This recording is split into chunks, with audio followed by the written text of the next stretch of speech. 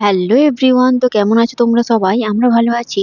আর আজকে আমি বানাতে চলেছি গ্রীষ্মকালের একটি ট্রেন্ডিং রেসিপি, আমসত্ত্ব।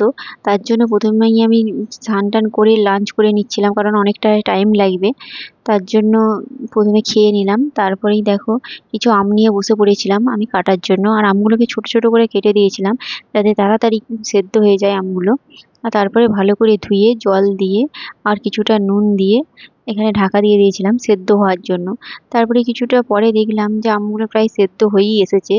তারপরে দেখো একটা ছাঁকনিতে ছেঁকে নিচ্ছিলাম আর আমের পাল্পগুলো ভালো করে বের করে নিচ্ছিলাম। তারপরে একটা কড়াইতে আমের পাল্পটা দিয়ে কিছুটা বিট লবণ দিয়ে দিয়েছিলাম, আর দিয়েছিলাম স্বাদ মতো চিনি। চিনিটা যে যার ইচ্ছা অনুযায়ী দিতে পারে। তারপরে দেখো অনেকক্ষণ ধরে ভালো করে নেড়ে নেড়ে এটা অনেকটা যখন জলটা টান টান হয়ে আসবে, তখন দিয়ে দিয়েছিলাম খানিকটা সর্ষের তেল। আর দেখো এখানে আমসত্ত্ব আমার রেডি প্রায়। তারপরে একটা থালাকে ভালো করে মুছে সেখানে দিয়ে দিয়েছিলাম কিছুটা তেল। তেলটা দিলে আমসত্ত্বটা তাড়াতাড়ি উঠে যাবে। আর তারপরে দেখো ঢেলেও দিয়েছি আমের পাল্পটা।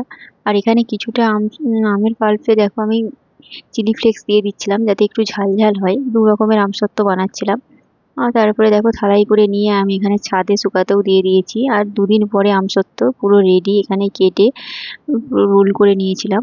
আর কেমন লাগলো আজকের ভিডিওটা অবশ্যই জানিও, ভালো লাগলে অবশ্যই লাইক কমেন্ট শেয়ার করো।